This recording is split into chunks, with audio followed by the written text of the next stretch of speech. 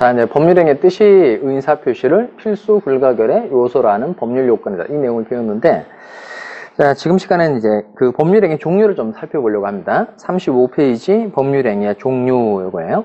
35페이지 법률행위의 종류. 자, 먼저 그 1번은 별표예요. 1번은 늘 시험 문제 출제되는 부분입니다. 단독행위, 계약, 합동행위. 거기다가 별표를 하나 하시고, 자, 그 다음에 37페이지에 채권행위, 물권행위, 준물권행위, 양가로 2번 있죠? 거기도 별표. 자, 그 다음에 38페이지 가면 요식행위와 불요식행위 있네요. 거기 별표. 나머지 것들은 쭉 읽어보시고, 저 뒤쪽에 가시면 주된 행위와 종된 행위가 있어요. 41페이지에 보시면 9번. 거기가 별표입니다. 자, 그렇게 전체 법률행위 종류 중에 이 네 가지를 확실하게 아는 거. 이게 시험에서는 객관식에서 여기가 제일 중요한 부분입니다. 자, 그럼 아까 법률행위는 의인사 표시를 필수 불가결의 요소로 하는 법률 요건이다라고 그랬는데, 이 법률행위는 기본적으로 의인사 표시의 수와 방향에 따라서 이제 세 가지로 나눌 수 있어요. 자, 갑이라는 사람이 재단법인을 하나 만들겠다. 이렇게 의인사를 표시한 겁니다. 재단법인을 만들겠다는 의인사를 표시했어요. 또 이거 의인사 표시가 들어가 있으니까 이거 법률행위에 해당되죠. 그런데 이 법률행위 중에서 의인사 표시 하나만으로 이루어진 걸 이걸 단독행위라고 그럽니다. 단독행위. 자, 그 다음에 갑하고 을이 건물에 대해서 매매계약 체결하는 거. 갑이 1억 원에 팔겠다라는 청약에 의인사 표시를 하고, 을이 좋다 1억 원에 사겠다라는 승낙에 의인사를 표시했어요. 그럼 이렇게 두 개의 의인사 표시가 서로 대립하는 걸 계약이라고 그럽니다. 두 개의 의인사 표시가 서로 뭐 하는 거? 대립하는 거. 이걸 계약이라고 그래요. 하여튼 두 개의 의인사 표시가 대립하고 있다. 그러면 무조건 계약이 되는 겁니다. 그 다음 회사 설립이 있었죠? 갑을병 세 사람이 이제 회사를 만들기 위해서 의사를 표시했어요. 자, 그럼 이렇게 두 개 또는 두 개 이상의 의인사 표시가 대립하지 않는 걸 이걸 합동행위라고 그래요. 자, 그럼 요 단독행위는 하나의 의인사 표시만으로 성립하는 법률행위 이러면 되죠. 계약은 두 개의 의인사 표시가 대립하는 법률행위 이러면 되고, 그 다음 두 개 또는 두 개 이상의 의인사 표시가 대립하지 않는 법률행위, 이게 합동행위가 되는 겁니다. 근데 이 단독행위도 이제 크게 두 가지로 나누어서요. 상대방 없는 단독행위가 있고 상대방 있는 단독행위가 있어요. 근데 이 중에 그 상대방 없는 단독행위가 민법 전체적으로 몇 가지가 안 돼요. 그래서 일단 외워줘야 될 건 상대방 없는 단독행위입니다. 자, 그래서 35페이지 밑에 오시면 35페이지 밑에 가시면 기억에 상대방 없는 단독행위, 없는 동그라미 하시고 없는, 여기에 네 가지가 있어요. 네 가지. 유언, 유증. 그다음 유언 알죠? 그다음 유증이라는 건 유언하면서 다른 사람에게 물건 주는 거, 이게 유증입니다. 그러니까 유언서에다가 내가 가지고 있는 건물을 내 친구 을에게 줘라, 이게 바로 유증이에요. 유언하면서 물건 주는 거, 이게 뭐다? 유증입니다. 유증. 그 다음 재단법인 설립행위. 제가 뭐 민법학술연구재단 하나 만들었다, 이게 재단법인 설립행위예요. 그 다음 소유권과 점유권의 포기. 내가 가지고 있는 건물 소유권을 포기했어요. 그럼 건물 소유권 포기할 때는 특별히 상대방이라는 게 없죠. 소유권과 점유권의 포기, 이거 상대방 없는 단독행위입니다. 그 다음에 상속의 효과를 인정하는 걸 승인이고, 상속의 효과를 거부하는 걸 포기라고 그래요. 그러니까 상속의 승인 포기 역시 이거 상대방 없는 단독행위입니다. 자, 그 다음에 36페이지에 가서 상대방 있는 단독행위, 있는 동그라미 하시고요. 있는. 상대방 있는 단독행위. 이건 그 앞자다가 좀 외우세요. 최고권, 동의권, 철회권 있죠. 최동철입니다. 최동철. 그 다음에 상계권, 추인권. 이게 상추예요. 상추. 그 다음 취소권, 해제권, 취해 이렇게 돼 있어요. 그 다음 채권 포기, 제한물권 포기입니다. 그러니까 최동철이 상추 먹고 취해서, 상추 많이 먹으면 취하잖아요. 졸리잖아요. 취해서 채권도 포기하고 제한물권도 포기하였다. 이렇게 이 정도까지만 기억하시면 되겠어요. 그 다음 그 간혹 질문하시는 분이 있는데, 원래 최고라는 건요, 법률 사실의 분류에 가면 이건 의인사의 통지에 해당돼요. 의인사의 통지.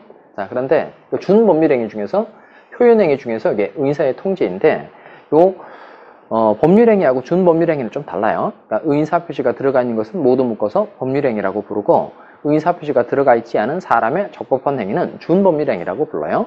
그러면 이 준법률행위는 법률행위하고 성질이 원칙적으로 같다 다르다? 달라요. 법률행위는 의사표시가 있고 그 다음 준법률행위는 의사표시가 없어서 이 법률행위하고 준법률행위하고는 성질이 같다 다르다? 다르다. 그래서 법률행위에 관한 규정이 준법률행위에는 원칙적으로 적용이 돼요? 안 돼요? 안 돼요. 그런데 이 준법률행위 중에서 의사의 통지하고 관념의 통지에 대해서는 의사표시에 관한 규정이 유추 적용이 돼요. 뭐와 뭐에 대해서는 의사의 통지와 관념의 통지에 대해서는 의사표시에 관한 규정이 유추 적용이 돼요. 그 의사의 통지에 해당되는 게 최고권입니다. 최고예요, 최고. 근데 이건 권리를 가지고 있는 사람에게 권리를 행사할 거냐 말 거냐 물어보는 거. 이게 최고예요. 자, 그러면 최고할 권리라고 표현하거든요. 최고할 권리. 그게 최고권이에요. 최고 그 자체는 그냥 준법률행위로서 의사의 통지에 해당하는 거고, 이거 권리하고 똑같이 이렇게 부를 수 있다는 거예요. 취소의 의사표시를 취소권이라고 하듯이 최고할 권리를 가지고 있다 그래서 최고권이라고 써요. 그러니까 요 의사의 통지, 관념의 통지에는 의사표시에 관한 규정을 유추 적용할 수 있으니까 우리가 실제로 최고권이라는 표현도 쓴다는 거예요. 그러니까 요놈을 법률 행위의 관점에서 분류를 할 수도 있어요. 그게 다수결의 태도거든요. 요놈은 따져보니까 최고라는 것도 권리를 가지고 있는 사람에게 물어보는 거니까 의사표시 한 개만 있으면 되는 거예요. 그 중에서 여기에 해당되는 거잖아요. 이게 상대방 있는 거냐 없는 거냐 따져보니까 상대방이 있더라는 거예요. 그래서 이 최고권도 상대방 있는 단독 행위로 분류할 수 있다 없다? 있다는 거예요. 그러니까 이 설명이 이해되지 않으신 분은 그냥 그런갑다 하고 넘어가시고, 그 다음 최고가 준법률행위인데 왜 여기 들어와 있지? 이분은 이걸 생각하시기 바랍니다. 의사의 통지와 관념의 통지에 대해서는 의사표시에 관한 규정이 유추 적용이 되니까 이것도 법률행위의 관점에서 분류를 할 수 있다 없다? 있다는 겁니다. 있다. 자, 그래서 정리를 하면 이거예요. 자, 최고권, 동의권, 철회권, 상계권, 추인권, 상계권, 추인권, 그 다음 취소권, 해제권, 그 다음 채권 포기, 제한물권 포기입니다. 그러니까 최동철이 상추 먹고 취해서 채권도 포기하고 제한물권도 포기했다. 이렇게 정리하시면 상대방 있는 단독행위 외우기가 좋겠어요. 대신 또 앞장 외우시면 안 돼요. 그러니까 최고권, 동의권, 철회권, 상계권, 추인권, 취소권, 해제권, 해지권. 이 포기가 채권 포기, 제한물권의 포기입니다. 자, 그럼 아까 상대방 없는 단독행위에 뭐가 있었죠? 4개. 유언, 유증, 재단, 법인, 설립행위, 소유권과 점유권의 포기, 상속의 승인 포기. 이렇게 4가지가 있고, 그 다음 상대방 있는 단독행위에 이렇게 두 문자로 이렇게 외워두시면 좋겠다는 거예요. 그 다음 계약은 2개의 의사표시가 대립하면 다 계약이라고 그래요. 매매 계약과 같은 거, 이런 건 이제 채권 계약이라고 그러고, 그 다음 전세권 설정 계약은 사용가치를 넘겨주기로 하는 합의예요. 사용가치를 넘겨주기로 하는 합의. 저당권 설정 계약은 교환가치를 넘겨주기로 하는 합의입니다. 이렇게 사용가치 또는 교환가치를 이전해 주기로 하는 합의를 물권계약이라고 그럽니다. 그 다음 혼인도 계약이죠. 결혼하자, 좋다, 알았다. 2개의 의사표시가 대립하는 거죠. 그러니까 이런 건 이제 혼인, 뭐 이혼, 입양 이런 것들은 가족법상의 계약이라고 그럽니다. 자, 그러면 하여튼 2개의 의사표시가 뭐 하는 경우가 다 계약이다? 대리. 그러니까 이렇게 계약에는 채권계약도 있고 물권계약도 있고 가족법상의 계약도 있어요. 이런 걸 다 통틀어서 말할 때는 넓은 의미의 계약이라고 그래서 광의의 계약이라고 그럽니다. 광의의 계약. 그 다음 좁은 의미의 계약이 있어요. 좁은 의미, 협의. 좁은 의미의 계약은 무슨 계약만 말한다? 채권계약만 말한다는 겁니다. 채권계약은 법적인 의무를 부담하기로 하는 약속이 서로 대립하는 경우를 말해요. 그럼 이 채권계약 중에서요, 실제 생활에 대부분 자주 쓰이는 것들을 민법이 그 이름을 하나씩 붙여놔서 민법전에 만들어 둔 게 있어요. 그게 전형계약입니다. 전형계약. 자, 이 전형계약의 종류가 총 14가지예요. 14가지.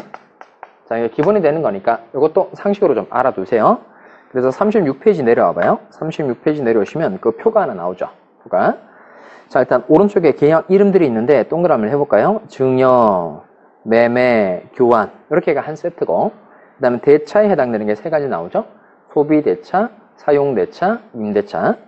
그 다음에 이제 몸으로 때우는 거, 노무를 제공하는 거, 이게 고용, 도급, 현상 광고,